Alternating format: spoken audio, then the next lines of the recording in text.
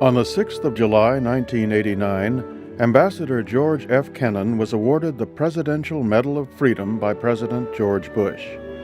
It is the highest civilian award of the government of the United States.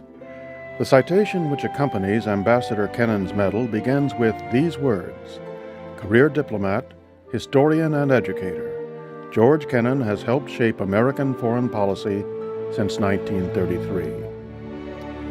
As scholar and practitioner, George Kenan has set an impeccable standard of service to his nation and society.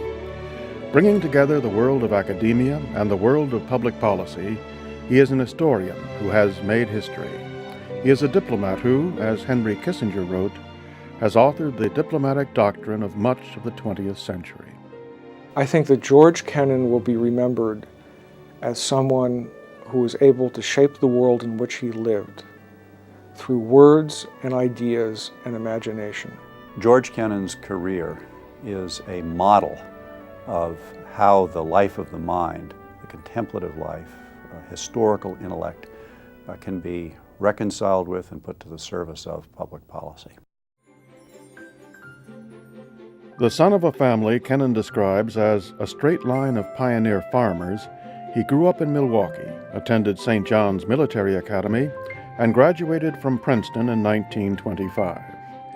Kenan then joined the Foreign Service and was given the chance to pursue 3 years of graduate study at a European university to learn Russian. But in the 1920s, when he joined the Foreign Service, he was sent to the University of Berlin to study Russia, and he was inspired by the professors there and by the academic environment and by the focus on Russian studies. Russia became alive for him. Somehow or other, I have found the Russian experience greatly enriching for myself. And I think the reasons why that has been true are ones that would apply to a great number of other people too. Curiously enough, the Russians, with all their failures, their disasters, their horrors, but they have brought forward people whose perceptions of life have been of world value. After his graduate study, Kenan continued his service abroad in Tallinn and Riga. He traveled widely within whatever country he served, following his instinctive need to know its people and their culture. In 1933, he was part of the mission to reestablish diplomatic ties with Moscow, serving as interpreter for William C. Bullitt, the first U.S. ambassador to the Soviet Union. One of Kenan's interesting instrumental roles in the initiation of Soviet-American relations was the selection of Spaso House as the official residence of the American ambassador.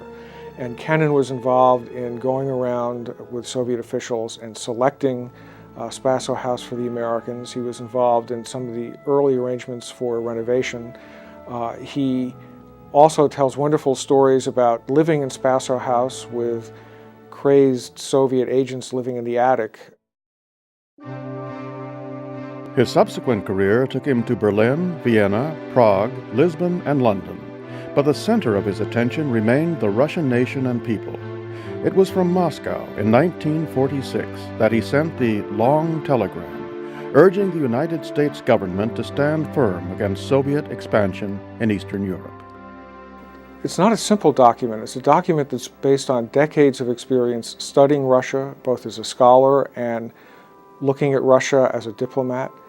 So it contains within it enormous wisdom and experience, and it touches upon all the issues that were being fiercely debated within the State Department at the time. The long telegram was followed in July of 1947 with an essay in the journal Foreign Affairs signed X, which enunciated his policy of containment, a policy which achieved a life of its own. Its importance cannot be overstated. It shaped American doctrine for the next 40 years. The public memory of the long telegram and the X article is, of course, that of a dire warning about a huge threat that the United States faced from the Soviet Union.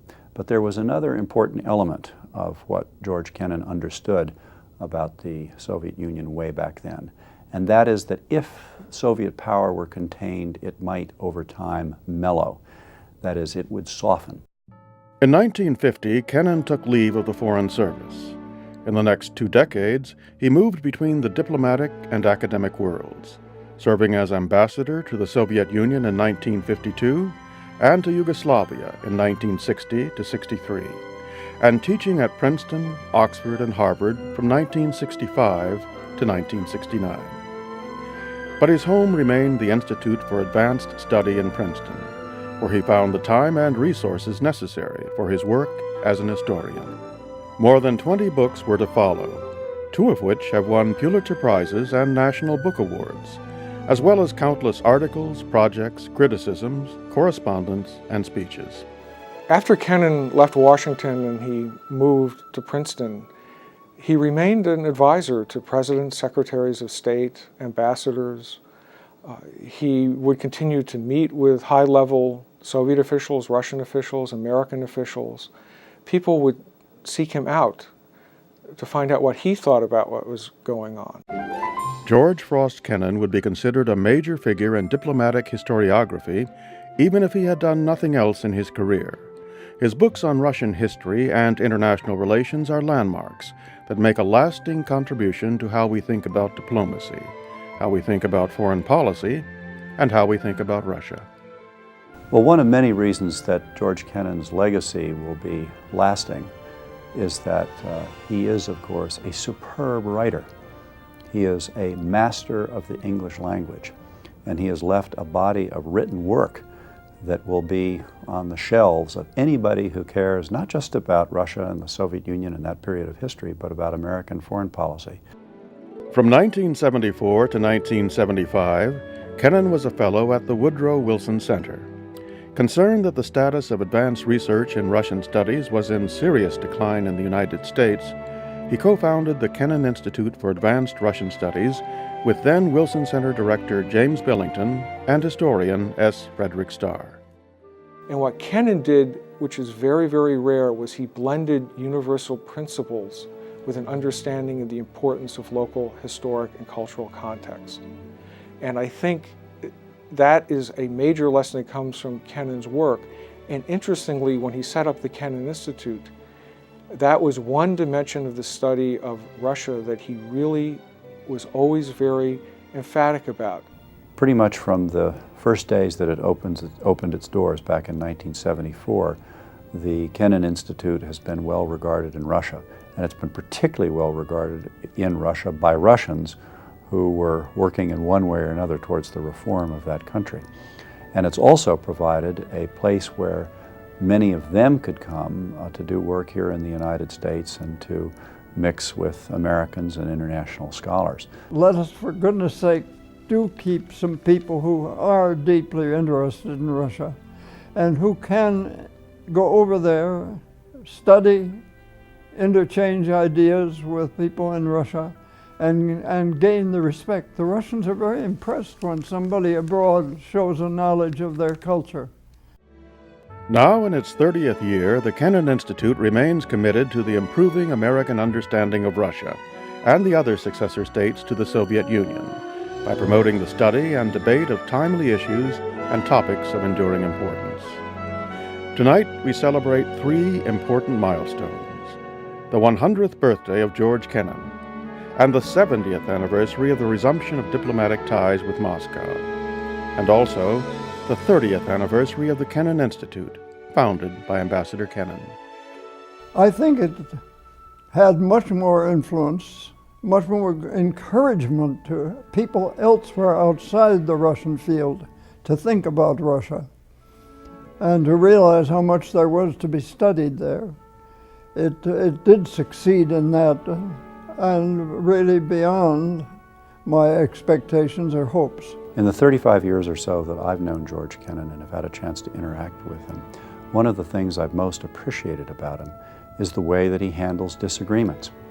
He and I have been a couple of times on the opposite sides of some issues, whether to enlarge NATO, for example.